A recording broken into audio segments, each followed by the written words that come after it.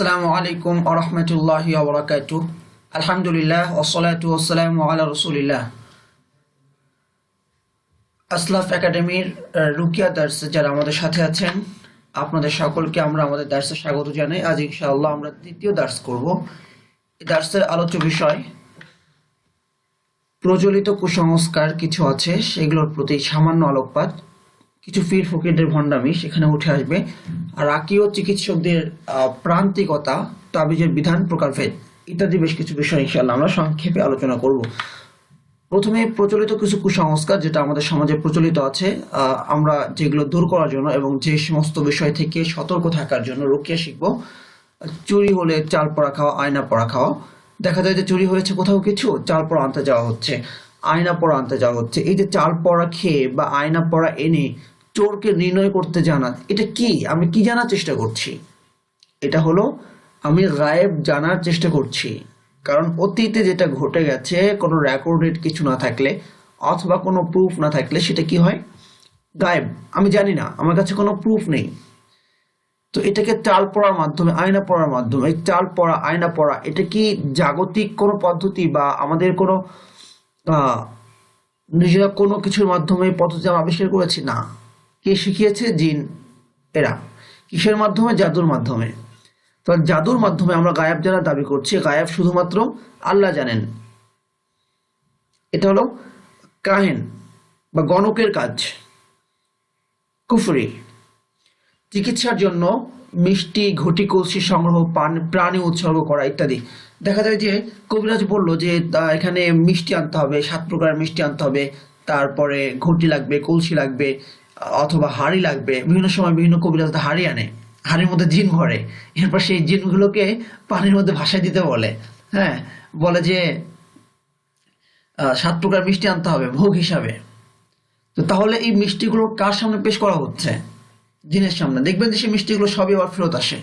অর্থাৎ জিন তো মিষ্টি খাবে না, স্বাভাবিক। হিন্দুরা যেভাবে তাদের মূর্তির সামনে খাবার দিচ্ছে, কবিরাজরা সেভাবে মিষ্টি দিচ্ছে। এনে দিচ্ছে কে? যার চিকিৎসা প্রয়োজন সে।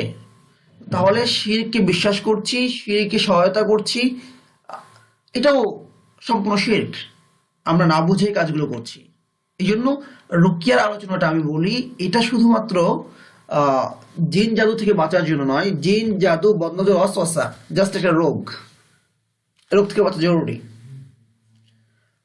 কিন্তু এর চেয়ে বেশি জরুরি হলো যে আমাদের অন্তরে যে কুফরি শিরকগুলো আছে, সেই কুফরি শিরক থেকে বাঁচা।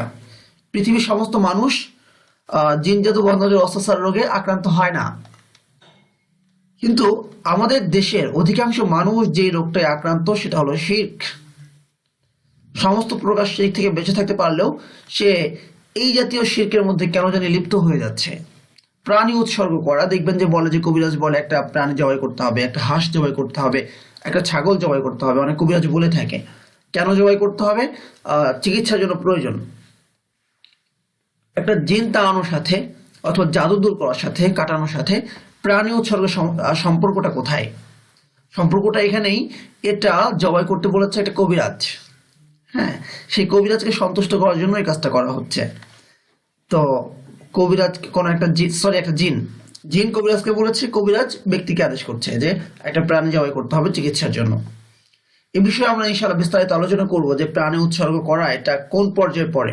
রাশির সাহায্যে তদবির করা, বলে যে জিন হাজির করতে হয়। তুলা রাশির লোক লাগবে। তুলা রাশি, যে রাশিটা নির্ণয় করা হচ্ছে কিসের উপর ভিত্তি করে? জন্ম সনের উপর ভিত্তি করে, এবং সেই সনটা বা সেই তারিখটাও নির্ধারণ করা হচ্ছে আকাশের কোন একটা তারকা, কোন একটা নক্ষত্রকে অবলম্বন করে বা তার গতিপথকে ভিত্তি করে, গতিপথের উপর ভিত্তি করে। তাহলে রাশিটা আমি বিশ্বাস করছি যেটা প্রথমে হলো শিরক। কারণ রাশির সাহায্যে বলা হয়, দেখবেন যে অমুক রাশি যার আছে তার আজকে এই কাজ হওয়ার কথা। তো রাশির সাথে আসলে গণনা পদ্ধতির সম্পর্ক আমরা বিস্তারিত আলোচনা করব, জাস্ট একটা আলোকপাত করে যাচ্ছি। গণনা পদ্ধতির সম্পর্ক, যে রাশিটা হলো বিশ্বাস করা কুফরি, কারণ গায়েব আল্লাহ ছাড়া কেউ জানে না। গণনা পদ্ধতিকে রাসূল সাল্লাল্লাহু আলাইহি ওয়াসাল্লাম স্পষ্ট করে কুফরি বলেছেন, আমরা পড়বো। সেই রাশির উপর ভিত্তি করে, রাশিকে তো বিশ্বাস করেছি, তুলা রাশি আমি বের করছি, সেই তুলা রাশির উপরে মাধ্যমে আমি জিন হাজির করছি। তো এটাকে কুফরি বলা ছাড়া আমি কি বলতে পারি? সংখ্যা পদ্ধতি তাবিজ এটাও একটা প্রচলিত কুসংস্কার। আমরা আলোচনা করব সাপে কাটলে ওঝার কাছে যাওয়া। সাপে কেটেছে, বিষ থাকলে বিষ তো নামাতে হবে, কারণ সমস্ত প্রকার সাপে বিষ থাকে না। আমরা জানি যে অধিকাংশ সাপে কোনো বিষ নেই, যে বিষের কারণে মানুষের মৃত্যু হতে পারে। হ্যাঁ, তো সেই সাপগুলো কামড়ালে ওঝার কাছে না গেলেও সুস্থ থাকবে, ওঝার কাছে গেলেও সুস্থ থাকবে না, মানুষ সুস্থ থাকবে। কিন্তু যেই সাপে কামড়ালে বিষ আছে, বিষয়টা হলো ওই সাপে কামড়েছে কিনা। কামড়ালে ওঝার কাছে গেলেও আর কোনো লাভ নাই। কুকুর কামড়ালে গুড় পোড়া খাওয়া একই ধরনের বিষয়। জলাতঙ্ক রোগ হওয়ার হলে কুকুর কামড়ালে তো এমনি হবে, ওঝার কাছে গিয়ে গুড় পোড়া আনলেও হবে, না আনলেও হবে। আর যদি জলাতঙ্ক রোগ না থাকে সেই কুকুরের মাঝে, তাহলে কুকুরে কামড়ালে তো অন্য কোনো ক্ষতি নাই। তো আছে কি নেই তা তো আমরা জানি না, এই জন্য তো ভ্যাকসিন নিতে হবে। গুড় পোড়া খেয়ে কি লাভ? তো ওই যে 10 জনের কাজ হয়েছে, আমার হচ্ছে না, আমারও হবে। 10 জনের যে কাজ হয়েছে আসলে কাজ হয়নি, তাদেরকে যে কুকুর কামড়েছে সেই কামড়ের কারণে তাদের জলাতঙ্ক রোগ হয়নি। বুঝতে পেরেছি বিষয়টা এরকম। শিশুর কপালে কাজল দেওয়া, যে বলা হয় যে কাজল দিলে বদনজর লাগবে না। বদনজর লাগা না লাগার সাথে এর কি সম্পর্ক? তো বদনজর থেকে রক্ষা করা এটা কি আল্লাহ ছাড়া কেউ পারেন? কিন্তু আমি বিশ্বাস করছি কিসের উপরে? কাজলের উপরে। কোমরে ঝুনঝুনি দিয়ে অনেকে এই ধরনের কথা বিশ্বাস করে, পৈতা বাঁধা হয়। হ্যাঁ, কুসংস্কার থেকে মুক্ত থাকার জন্য শারিয়া বা সায়েন্স দ্বারা প্রুভড হতে হবে। অর্থাৎ আমরা বলতে চাচ্ছি যে যত ধরনের কুসংস্কার আছে তার থেকে বাঁচার জন্য দুইটা উপায়। সেটা হলো যে আমি যেই কাজটা করছি সেই কাজের দ্বারা কোনো ফায়দা হবে কিনা, এই কাজের দ্বারা কোনো ফায়দা আছে কি না। যেমন অনেকে টাকা হাতে পেলে কপালে চুমু খায়। হ্যাঁ, যে কপালে চুমু খাচ্ছে উদাহরণস্বরূপ। তো এটা একটা কুসংস্কার। কেন কুসংস্কার? এর কোনো ফায়দা আমি দেখি না। যেই রিক্সাওয়ালা প্যাডেল ঘুরিয়ে রিক্সা চালাচ্ছে, ঘেমে ঘেমে টাকা ইনকাম করছে, এর একটা আমি ফায়দা দেখতে পাচ্ছি। সে যে শ্রম দিচ্ছে এই জন্য সে একটা টাকা পাচ্ছে। তাহলে এটাকে আমি কুসংস্কার বলতে পারি না। কেন? আমি তার ফলাফল দেখতে পাচ্ছি স্বচক্ষে। এখন সেই রিক্সাওয়ালা টাকাটা নিয়ে যদি বলে আলহামদুলিল্লাহ, তাহলে একজন নাস্তিক বলবে যে এটা একটা কুসংস্কার। আলহামদুলিল্লাহ বলবে কেন? এটা কি ফায়দা? টাকা কি বাড়ছে না কি হচ্ছে? কারণ সেটা দেখতে পাচ্ছে না। কিন্তু আমি মুমিন হিসাবে রাসূলের কথাকে, আল্লাহর কথাকে সেভাবে বিশ্বাস করব যেভাবে আমি আমার দু চোখ দ্বারা দেখলেও বিশ্বাস করব না। এই জন্য আমি আলহামদুলিল্লাহ বলাকে বলবো একটা ইবাদত। কেন? তার টাকায় বারাকা আসবে, আল্লাহ সন্তুষ্ট হবেন। এটাই বান্দার ইমানের দাবি, যে যিনি তাকে নিয়ামত দিয়েছেন তার শুকর আদায় করতে হবে আলহামদুলিল্লাহ। এটাই আমরা বলছি। হয় সেটা শরিয়া দ্বারা প্রমাণিত হতে হবে, নয়তো সায়েন্স দ্বারা প্রুভড হতে হবে। সায়েন্সের কথা কেন বলেছি? যা কিছু দু চোখে দেখছি না এমন কিছু বিষয় এক্সপেরিমেন্ট হতে পারে, এই জন্য। তো প্রচলিত চিকিৎসা পদ্ধতির মধ্যে আমরা প্রথমেই তাবিজের আলোচনা করব। তাবিজের আলোচনা করতে গেলে আমাদেরকে কয়েকটা ভাগে বিভক্ত করে আলোচনাটা করতে হবে। একটা হলো যে এমন কিছু তাবিজ দেওয়া হলো অস্পষ্ট কিছু কথা, যেখানে কিছু বোঝা যাচ্ছে না। আমাদের অনেক ক্ষেত্রে ডাক্তারদের মতো লেখা, তাও ডাক্তারদের লেখা তো একটা শ্রেণী বোঝে। হ্যাঁ, যারা ফার্মেসি যারা বসেন, ডিসপেন্সারিতে যারা থাকেন তারা বোঝেন। আমাদের কাছে হয়তো অনেক ক্ষেত্রে অস্পষ্ট হয়ে যায়। তো অস্পষ্ট কথা, কারণ আমরা বলেছিলাম যে ইয়ারিদু আলাইয়া রিকাকুম লা বাসা বির রাকা ওয়া লাকুম ফিয়া শিরকুন। রুকিয়াকে পেশ করো, কোনো শিরক না থাকলে কোনো সমস্যা নাই। শিরক আছে কি নাই তাই বুঝি না। শিরক আছে কি নাই আমি সার্টিফাই করতে পারছি না, তাহলে সেই রুকিয়াকে আমরা গ্রহণ করতে পারবো না, সেই তাবিজ মেনে নেওয়া যাবে না, কারণ আমি জানি না শিরক আছে কি নাই। সবচেয়ে অবাক হওয়ার বিষয়টা কি জানেন? যে আমরা ওষুধ ডাক্তার দিলে সেটা পড়ার চেষ্টা করি, কিন্তু কবিরাজ কি তাবিজ লিখে দিয়েছে সেটা খুলে আবার দেখার চেষ্টা করি না। এটাই হলো আমাদের সমস্যা। কোরআন হাদিস দ্বারা লেখা তাবিজ, সংখ্যা পদ্ধতির তাবিজ, শিরকি তাবিজ, স্পষ্ট শিরকি কথা আছে। একটা হলো সংখ্যা পদ্ধতি লেখা আছে। সুতরাং কোন তাবিজের কি বিধান হবে এটা আমাদেরকে স্বতন্ত্রভাবে জানতে হবে। এই তাবিজের প্রকারগুলোর মধ্যে অস্পষ্ট তাবিজ, সংখ্যা পদ্ধতির তাবিজ, শিরকি তাবিজকে আমরা নাজায়েজ ক্যাটাগরিতে ফেলেছি। কোরআন হাদিস লেখা তাবিজ এটা একটা বিতর্কের জায়গা। তাবিজ কাকে বলে? তাবিজ কাকে বলে, যাকে তামিমা বলা হয়েছে। অনেকে বলতে চাইছে এই জাতীয় কথা যে যেটা আমরা ঝোলায় বর্তমানে কিছু লিখে এটা তাবিজ না, এটা তাদের বিতর্কের জায়গা থেকে তাদের নিজেদের তাবিজকে বৈধ করার জন্য তারা এটাকে তামিমা বা তাবিজে অন্তর্ভুক্ত করছে না। কিন্তু স্পষ্ট করে তামিমা যে শব্দটি, এটা তো আরবদের প্রচলিত শব্দ। আরবরা এটাকে কি অর্থে ব্যবহার করে? সাধারণত আপনি যদি বিভিন্ন ডিকশনারি এবং অভিধানগুলো ঘাটেন তাহলে বিষয়টি দেখতে পাবেন, মা ইউআল্লাকু ফিল উনুকি মিনাল খারাজ ওয়া নাহবিহি ওয়া ইউকসাদু মিনহা হিমায়াতুন নাফসি মিনাল আইনি আও বিকায়াতুহা মিনাল আরওয়াহিশ শারীরা। মানুষ যা কিছু গলায় ঝুলায়, এটা কি বলে, চারার মতো ছোট্ট কোনো জিনিস হতে পারে বা অন্য কিছু হতে পারে, যা কিছু ঝুলায় আর কি এক কথায়, এবং উদ্দেশ্য থেকে বদনজর থেকে রক্ষা করা, তারপরে অনিষ্ট প্রাণী থেকে, অনিষ্ট কোনো কিছু থেকে, ক্ষতিকর যে আসরগুলো আছে সেগুলো থেকে রক্ষা করা এর উদ্দেশ্য। অর্থাৎ এক কথায় যা কিছু গলায় ঝুলানো হয় সব কিছুকে তারা তাবিজের অন্তর্ভুক্ত মনে করে বা তামিমার অন্তর্ভুক্ত মনে করে। তাবিজের প্রতি অনুৎসাহ জায়েজ বা ইখতিলাফ অথবা নাজায়েজ। কোন প্রকার তাবিজের প্রতি যে ইসলামী অনুমতি দেওয়া হয়নি বা উৎসাহ দেওয়া হয়নি, বরং অনুৎসাহিত করা হয়েছে, তার কিছু প্রমাণ আমরা এখানে আনছি। যে সমস্ত তাবিজে কোরআনের আয়াত বা রাসূল সাল্লাল্লাহু আলাইহি ওয়াসাল্লামের হাদিস নেই এবং আল্লাহর কাছে সাহায্য চাওয়া হয়নি, তা নাজায়েজ হওয়ার বিষয়ে উম্মাহ সালাফগণ একমত। সুস্পষ্ট কোরআনে কোনো আয়াত নেই বা রাসূল সাল্লাল্লাহু আলাইহি ওয়াসাল্লামের থেকে বর্ণিত কোনো দোয়া বা সূরা নেই। এ ধরনের তাবিজ ছাড়া অন্য কোনো তাবিজকে কোনো উম্মার কোনো আলিম জায়েজ বলেননি গত 100 বছর বা 200 বছরের আগ পর্যন্ত। তো এর অনেকগুলো উদাহরণ আমরা পাই। একবার নবী সাল্লাল্লাহু আলাইহি ওয়াসাল্লামের এক ব্যক্তির হাতে তামার চুড়ি দেখে বললেন, এটা কি? সে বলল, এটা অহেনার অংশ। অহেনা অর্থ এক প্রকার হাড়, যা কেটে ছোট ছোট তাবিজ আকারে ব্যবহার করা হয়। নবী সাল্লাল্লাহু আলাইহি ওয়াসাল্লাম বললেন, এটা খুলে ফেলো, কারণ এটা শুধু তোমার দুর্বলতাকে আরো বাড়িয়ে দেবে। যদি এটা বাধা থাকতে থাকতে তোমার মৃত্যু হয় তবে কখনো তুমি সফল হবে না। আমি শুধুমাত্র বাংলাগুলো উল্লেখ করছি। এই হাদিসটা আছে আত-তারগীব ওয়া তারহীবের মধ্যে 4th খণ্ডের 240 নম্বর হাদিস। এটি উকবা বিন আমির রাদিয়াল্লাহু তাআলা আনহু বলেন, আমি আল্লাহর রাসূলকে বলতে শুনেছি, যে ব্যক্তি তাবিজ ঝুলালো আল্লাহ তাকে পূর্ণতা না দিন, মা আতাম্মাল্লাহু লাহ, আল্লাহ তাকে পূর্ণতা না দিন, আর যে কড়ি লটকালো আল্লাহ তার মঙ্গল না করুন। এই হাদিসটা বর্ণনা করেছেন উকবা বিন আমির রাদিয়াল্লাহু তাআলা আনহু, এবং এই হাদিসটা আছে মুসনাদ আহমদের 1700 বা 17404 নম্বর হাদিস। এটি 17404 নম্বর হাদিস, বিশাল হাদিসের গ্রন্থ মুসনাদ আহমদ। আল্লাহ তা পূর্ণতা না দিন, এখানে কিন্তু কোরআন হাদিসের তাবিজ, অন্য কোনো তাবিজ, কোন ধরনের তাবিজকে কোনো ধরনের ইখতিলাফের মধ্যে আনা হয়নি, বরং সমস্ত তাবিজ সম্পর্কে রাসূল সাল্লাল্লাহু আলাইহি ওয়াসাল্লাম বলছেন, যে ব্যক্তি তাবিজ ঝুলালো আল্লাহ তার পূর্ণতা না দিন। তার কারণ আমি ইনশাআল্লাহ বলছি। উকবা বিন আমির আল জুহানী রাদিয়াল্লাহু তাআলা আনহু বলেন, রাসূল সাল্লাল্লাহু আলাইহি ওয়াসাল্লামের খিদমতে একদল লোক এলো, তিনি দলটির 9 জনকে বায়াত করলেন, একজনকে করলেন না। তারা বলল, হে আল্লাহর রাসূল, 9 জনকে বায়াত করলেন, একজনকে করলেন না যে? রাসূল সাল্লাল্লাহু আলাইহি ওয়াসাল্লাম বললেন, তার সাথে রয়েছে তাবিজ।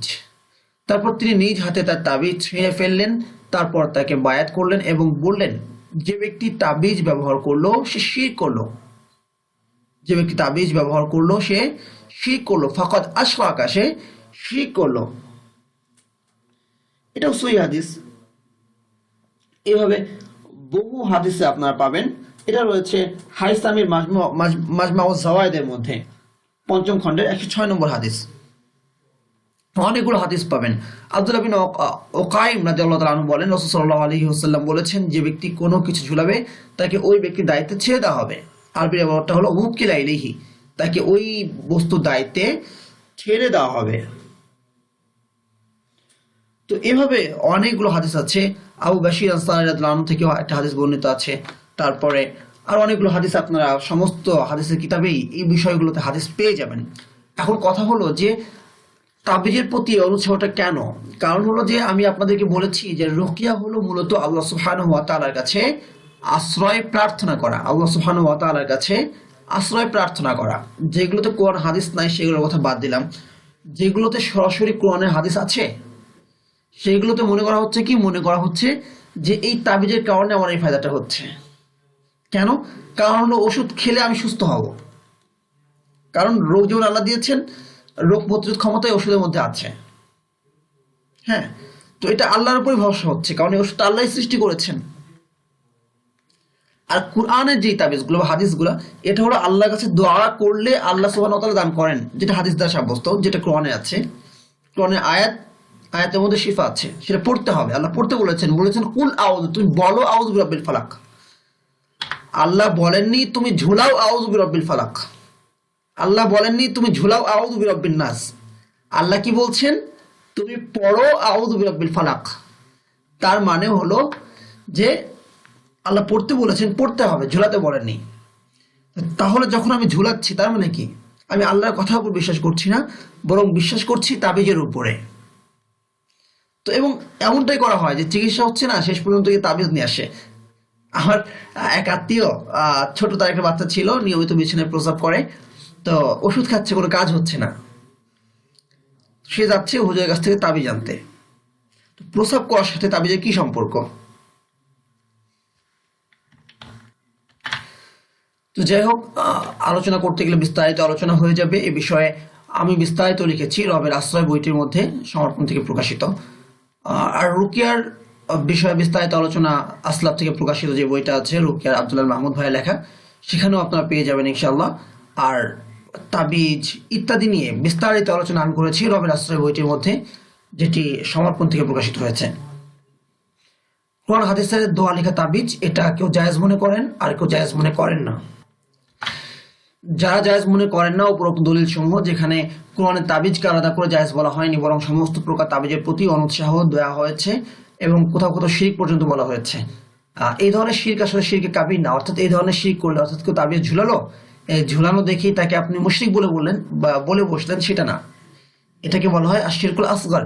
আশিরকুল আসগরের বেশ কিছু প্রকার আছে, তার মধ্যে এটা একটা, তাবিজ ঝুলানো। ইবনে কাইয়িম আল জাওজি রাহমাতুল্লাহ আলাইহি লিখেছেন, এবং শেখ তারিফি তিনি তার কিতাবে উল্লেখ করেছেন এই বিষয়ে, আলী আলম বিতাওদিহ নওয়াকিদুল ঈমান কিতাবটির মধ্যে। যারা জায়েজ মনে করেন তারা যেটাতে দলিল দেন সেটা হলো আব্দুল্লাহ বিন আমর রাদিয়াল্লাহু তাআলা আনহু তার নাবালক সন্তানদের গলায় ঝুলিয়ে দিতেন, আউযু বিকালিমাতিল্লাহি তাম্মা মিন গাদাবি ওয়া ইকাবি ওয়া শাররি ইবাদি ওয়া মিন হামাযাতিশ শায়াতিন ওয়া আন ইয়াহতুরুন ফাইন্নাহা লান তাতুরু। তো এই দোয়াটা লিখে তিনি ঝুলিয়ে দিতেন। তো এই দ্বারা তারা দলিল দিচ্ছে যে যেহেতু আব্দুল্লাহ বিন আমর রাদিয়াল্লাহু তাআলা আনহু ঝুলিয়ে দিতেন, সেহেতু ঝুলিয়ে দিতে হবে। আর কোরআনে এমন বিষয় নাজিল করেছি, কোরআনে একটি আয়াত আছে, যাতে মুমিনদের জন্য আরোগ্য রহমত রয়েছে। ওয়ানুনাজ্জিলু মিনাল কুরআনি মা হুয়া শিফাউন ওয়া রাহমাতুল লিল মুমিনিন। তারা বলতে চাইছেন কোরআনের আয়াত লেখা ইত্যাদি লেখা তো সরাসরি কোরআনেরই কথা, শিফা আছে। তো আমরা বলতে চাইছি কোরআনে শিফা আছে, কিন্তু সেই শিফাটা তো অবশ্যই কোরআনিক পদ্ধতিতে হতে হবে, সেটা তো ঝুলিয়ে না। আপনার ঘরে কোরআন আছে, আপনি সব পাবেন? সব পাচ্ছেন না। যদি একটা তাবিজ, একটা আয়াত লেখার দ্বারা জিন হাজির হতে না পারে, তাহলে তো আপনার ঘরে কোরআন থাকে, সেই ঘরে কি করে জিন হাজির হয়? তার মানে বোঝা গেল ঝুলানোর সাথে সম্পর্ক না। আল্লাহ স্পষ্ট করে বলেছেন, ওয়া ইম্মা ইয়ানজাগান্নাকা মিনাশ শাইতানির নাজগুন ফাস্তাইজ বিল্লাহ। যখন শয়তানের পক্ষ থেকে কোনো মন্ত্রণা তোমাকে স্পর্শ করে, তখন আল্লাহর কাছে আশ্রয় প্রার্থনা করো। প্রার্থনা করতে বলছেন, ঝুলাতে বলছেন না। আর আব্দুল্লাহ বিন আমর রাদিয়াল্লাহু তাআলা আনহু তিনি যে তার বাচ্চাদের গলায় এই দোয়াটি ঝুলিয়ে দিতেন, এখানে আমরা বলবো তিনি তার অবুঝ বাচ্চাদের গলায় ঝুলাতেন, যারা বড় তাদের গলায় ঝুলাতেন না। বরং হাদিসে স্পষ্ট রিওয়ায়াত আছে ইলাক্কিনুহুম, তিনি তাদেরকে এটা পড়ার জন্য উদ্বুদ্ধ করতেন। তার মানে স্পষ্ট তিনিও এটাই বুঝিয়েছেন যে পড়ার কোনো বিকল্প নাই, পড়ার কোনো বিকল্প নাই। আমাদের কাছে অনেকেই বলে যে নিয়মিত রুকিয়া করার সময় পাই না। তো আপনি রুকিয়া করতে পারবেন না, আপনার সময় নেই, তাহলে সুস্থ আপনি হবেন কি করে?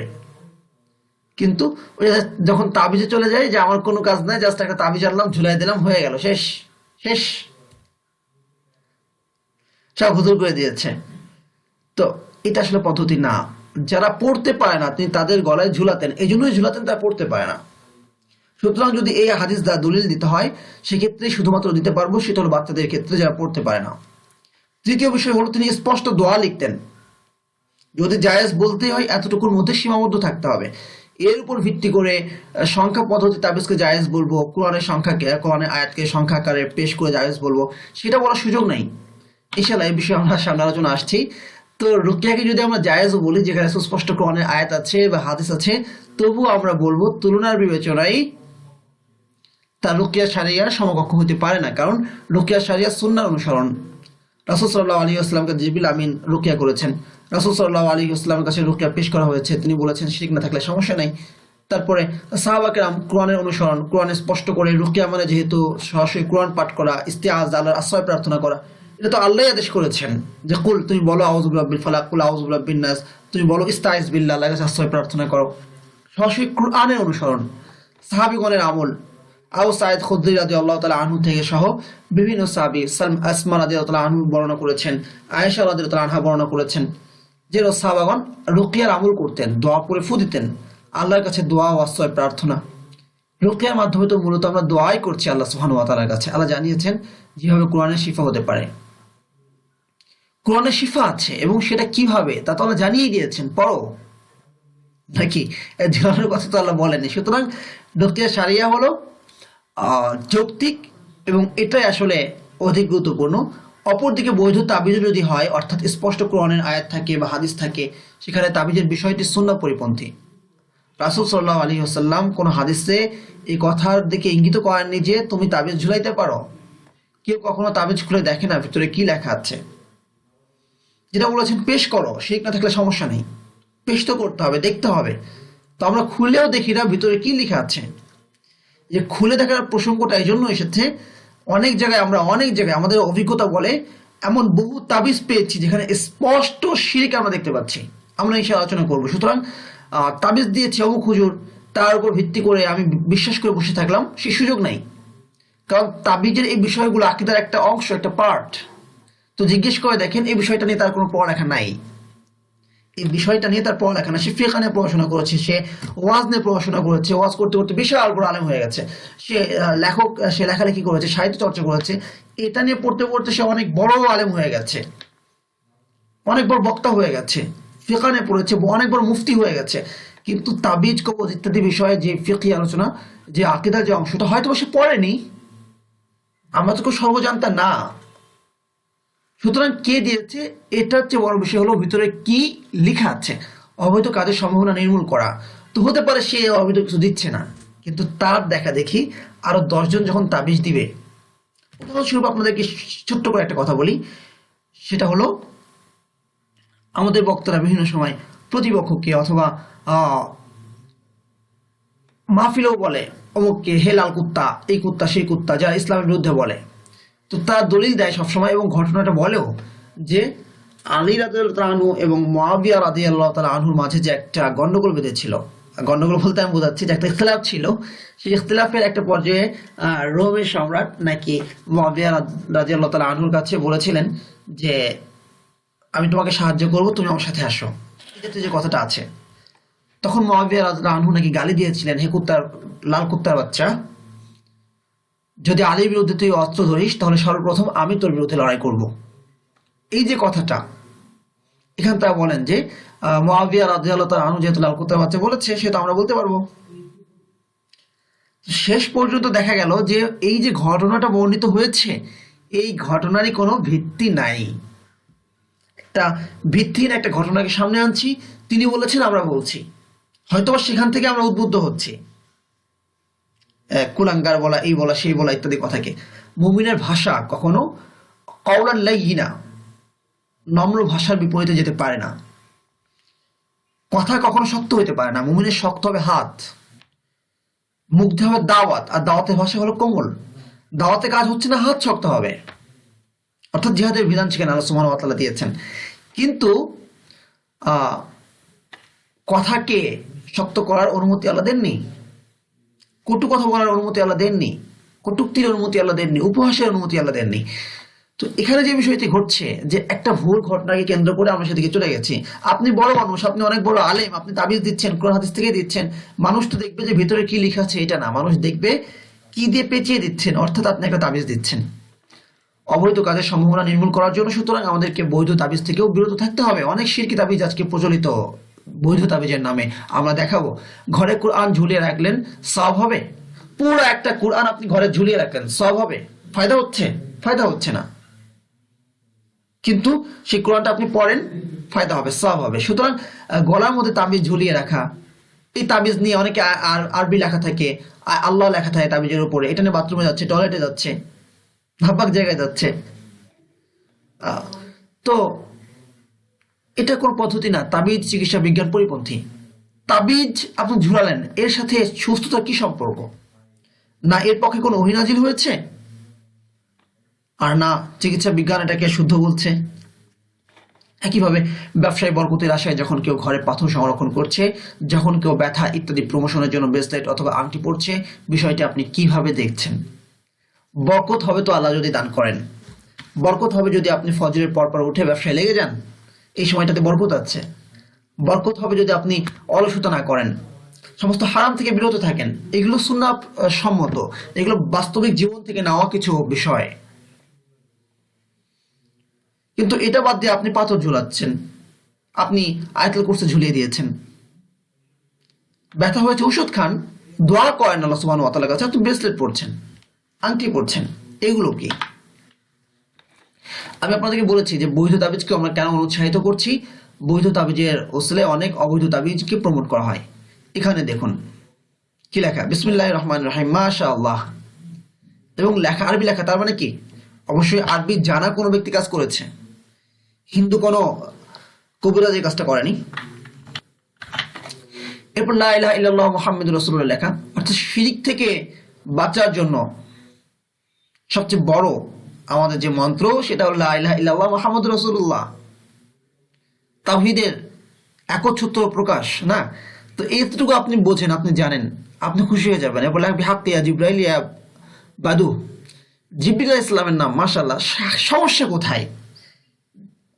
আল্লাহর নামে, রসুলের নামে, তারপরে জিবরাইল আলাইহিস সালাম নাম এখানে আসছে, সমস্যা কোথায়? তিনি তো ফেরেশতাদের সর্দার। সমস্যাটা কোথায় দেখেন? আমি একদিকে বলছি লা ইলাহা ইল্লাল্লাহ, আল্লাহ ছাড়া কোনো ইলাহ নেই, এরপর বলছি বিহাক্কি ইয়া জিবরাইল, হে জিবরাইল।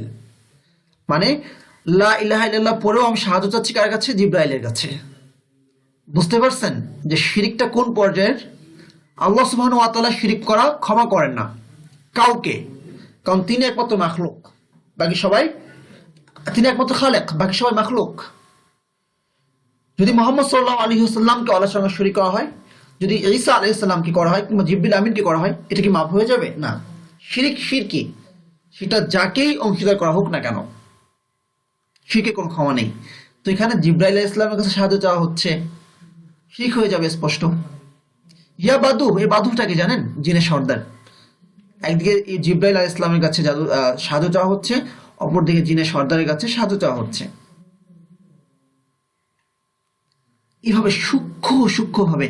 আর নিচে যে কি লেখা আছে এটা তো পড়তেই পারছি না, আমি পড়তেই পারছি না। নিচে কিছু লেখা আছে, এখানে লেখা আছে ইয়া মিকাইল ইয়া বাদু, এখানে লেখা আছে ইয়া আজরাইল ইয়া বাদু।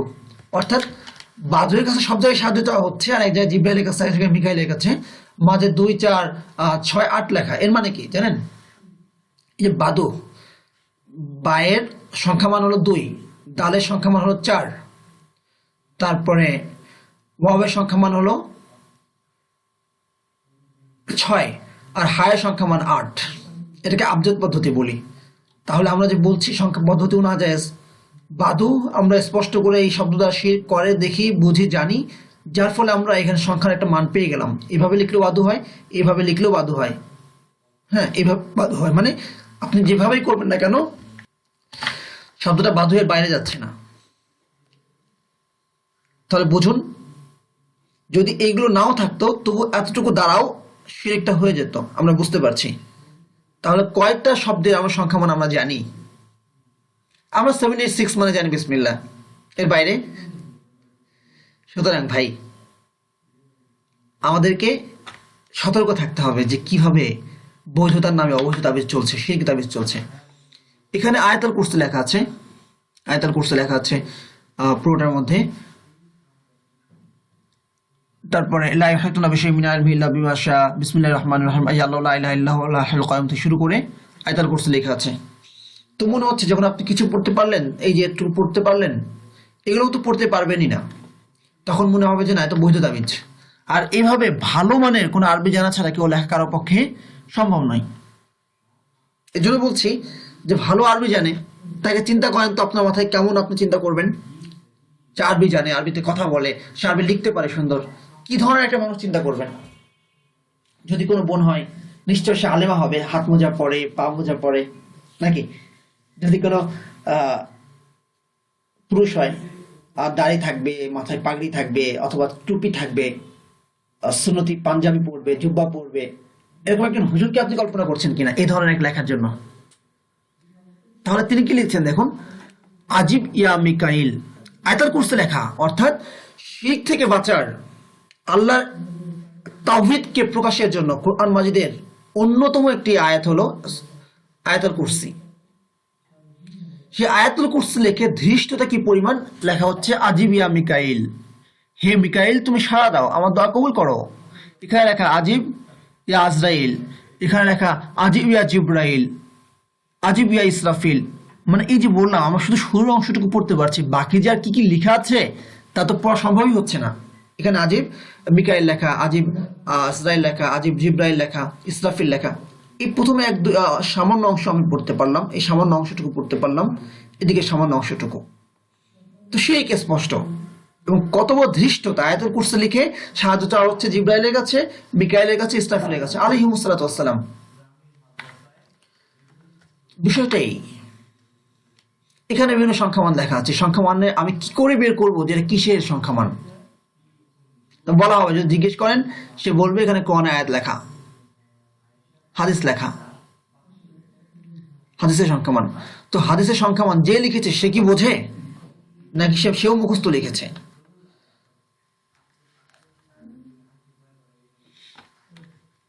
এরপরে যে দেখেন ইয়া মাহলু, আরো কি কি লেখা আছে। ইয়া মাহলুটাকে, এই মাহলুটাকে আমি কি করে জানবো?